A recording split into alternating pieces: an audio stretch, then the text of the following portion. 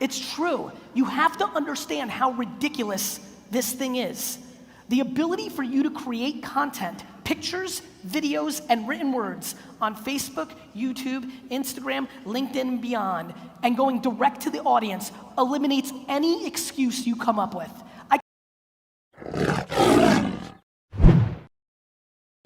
My friends, more than ever now, we need to focus on the truth. Here's the truth.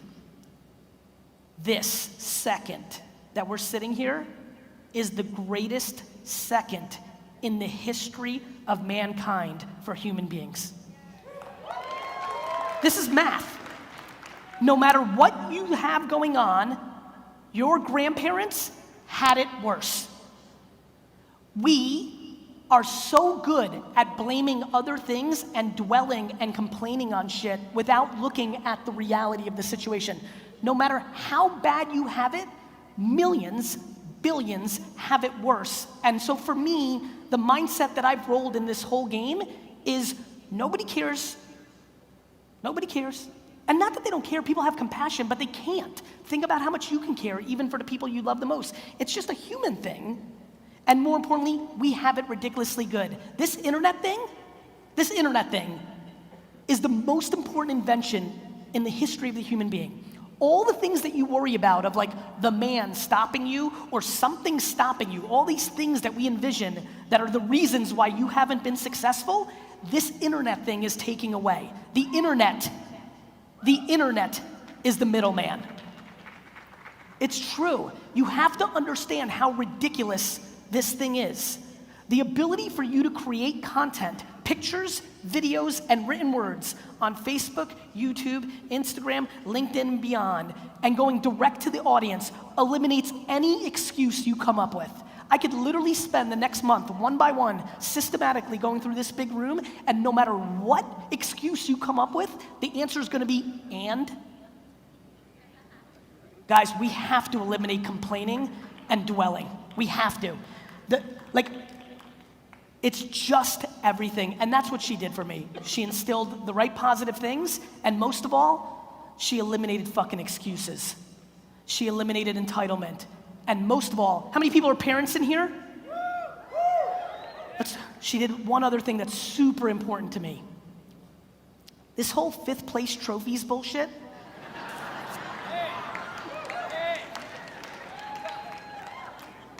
I have 2 kids, I get it.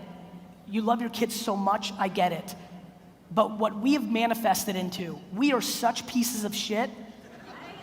What we have manifested into in overprotecting our kids and manipulating adversity and creating a world where there isn't winning and losing is the reason I hate when I hang out with like a 48 or 57-year-old homie and he'll be like, Gary, these fucking millennials. I'm like, you fucking raised the millennial, you dick. Like all the 40, 50-year-olds, all of us 38, 40, you know, every one of us with 15-year-olds and up, we love shitting on these kids. They're soft, they're entitled. We made them entitled. Like we have to get back to winning and losing. You have to stop coddling your kids. Of course, they are struggling. When you actually thought until the age of 14 that you won everything, when you lost, you're fucked. Fuck.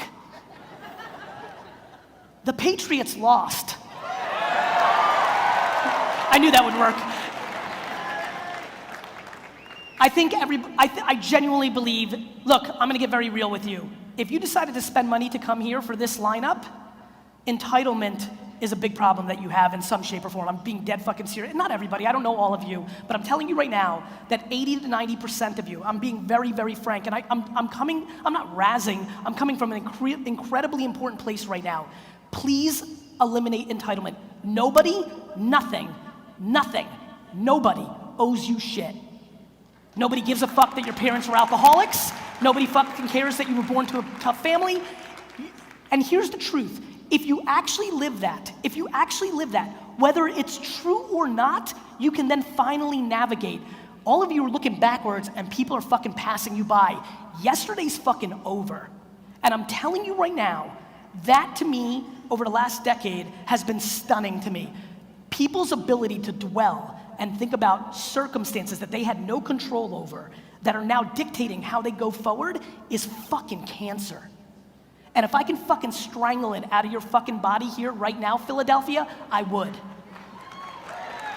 Because there's no tactic I'm gonna teach you, there's nothing motivational me or Les or fucking Tony are gonna say to you that's gonna do dick for you if you're still dwelling that your fucking aunt stole $800 from you.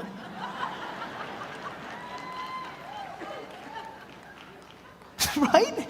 Like people just, this woman laughing, I'm laughing too, like fucking like people email like, Gary V, like I'd totally be crushing it, but my girlfriend cheated on me in 1985. I'm like, you're a fucking loser, dick.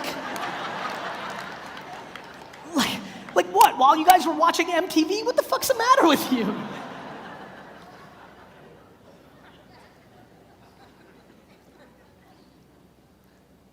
People complain that Facebook and Instagram's algorithm changed and they're not getting as many likes.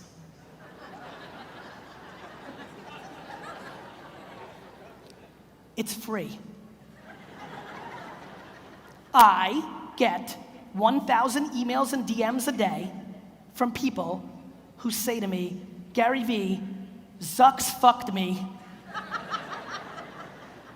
Instagram's, what the fuck is Instagram doing? They're killing me. They changed the algorithm, YouTube too, and Google before that in 2003. These are fucking free platforms. And you're literally complaining about the algorithm change. Let me tell you why you're getting less likes or getting hurt by the algorithm change. Because your content's not good enough. Because you joined engagement groups and you each like each other's shit, you fucking hacking piece of shit. Oh, there we go. Oh, you're mad at Instagram because you and a fucking bunch of Pakistani hackers decided to get into a group and like each other's shit, and now you're not getting as much engagement. Do you think fucking Zucks is an idiot? My friends, the lack of patience in the system right now is extraordinary. We have 22-year-old life coaches on Instagram.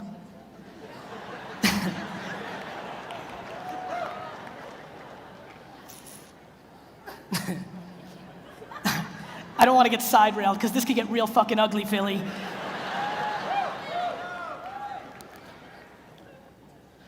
When I was 28 years old, 6 years out of school, a lot of Jess and I's friends first started getting Facebook because that's the time it started coming out. Because I worked every fucking minute, what she can tell you is literally basically we threw our caps in the air for graduation and I disappeared off the face of the fucking earth because I worked every fucking minute. This was the first time I reconnected with a bunch of my friends because here was Facebook and it was awesome. It was like digital, like, you know, class reunion shit. It was amazing for a lot of us. We're part of that generation. As I connected with it, it was really interesting. In a very nice way, because we came from a really nice place, most of my high school friends basically, in some shape or form, 10 or 12 of them said, oh, you still work at your dad's liquor store. And I remember that era super well because I'm really desperately trying to put patience on a pedestal as a good thing.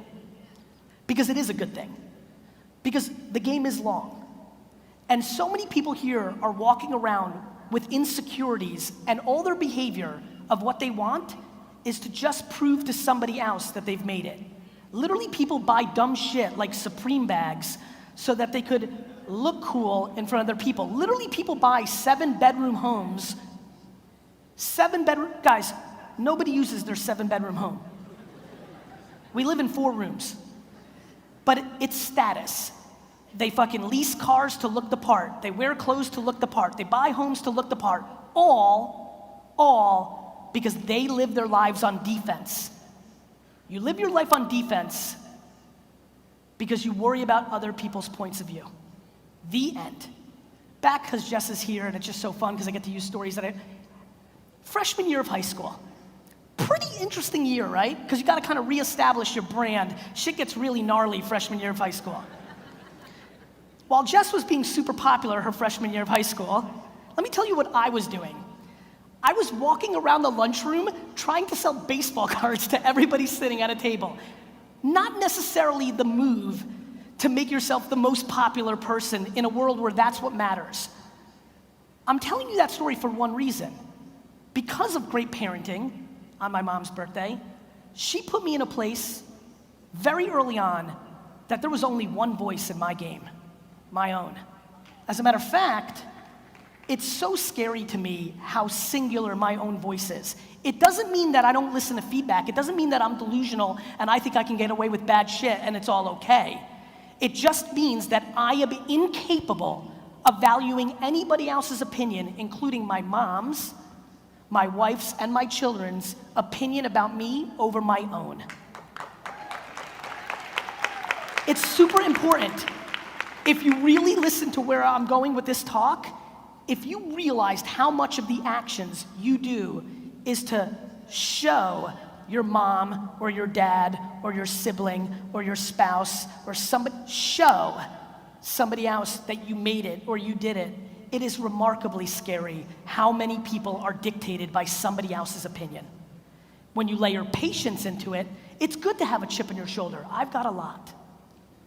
But patience. Too many people struggle with being booed in the third quarter. Too many people. How many people under 30? You guys are still playing the fucking national anthem. Too many people rushing, taking shortcuts, doing dumb shit because they want to win in the first quarter. This is a long game, my friends. Sure, you can get hit by a bus. Great, I understand. For the far majority of us, this is a long game. And with the way medicine is going now, how many people here between 40 and 60? Raise your hands. This is where it gets real interesting for us. We're just gonna live a lot longer than we thought. I mean it. Like, how many people are 40 or 40 to 50, real quick? Do you remember how old you thought 40 to 50 was when you were 26? When I first entered my dad's liquor store, my cousin Bobby was 30, I was 22. I thought he was old as shit. Now, sitting up here at 42, when I look at this little man here, how old are you, my man? 9? I feel 9 too. Like, literally, right? That's the crazy shit that they don't tell us. For all the 20 to 30-year-olds in here, what they don't tell you is you're gonna feel basically the same in 20 years. You're gonna have just as much fire, and there's plenty of 60-year-olds in here who have just as much fire. It actually doesn't change as much as you think.